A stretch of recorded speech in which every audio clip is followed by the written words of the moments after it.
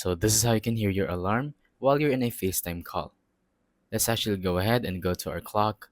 And as you can see, I have alarms right here. So let's say you are in a FaceTime call and you're wondering if your alarms go through whenever you are in the call. The simple answer is yes. The alarms do go through even though you are in a call. If you want to be more sure, make sure that your ringer or your silent mode is turned off. So your ringer should be on right now. And yeah, that's all you need to do.